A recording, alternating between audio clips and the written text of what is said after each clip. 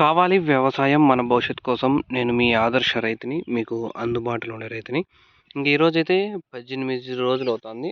టమాటాకి 18 19 రోజులవుతుంది.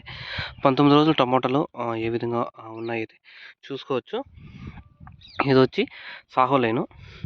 చిగుర్లు మనము ఎనర్జీ వదిలిన తర్వాత చిగుర్లు కానీ పూత అనేది వచ్చింది లైట్‌గా.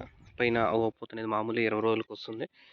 ఇది కూడా సాహో లైనే. ఇంకా అశుతోష్ లైన్ అనేది చూద్దాం ఏ విధంగా ఉందో. ఇది అశుతోష్.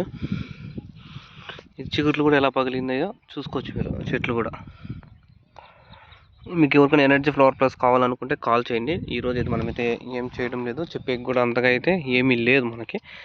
ఇంకేమన్నా వదిలినప్పుడు అయితే చెప్తాను. ఇంకా కట్లు నాటాలి, పండగ కాబట్టి ఎవరు రావడం లేదు కట్లు నాటికి.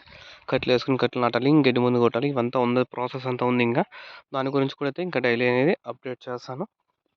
ఇంకా ఈ రోజుకైతే ఇదే మ్యాటర్, ఏమంతా ఎక్కువ లేదు కాబట్టి మనం డైలీ ఒక వీడియో పెట్టాలి కాబట్టి అయితే ఈరోజు ఈ వీడియో.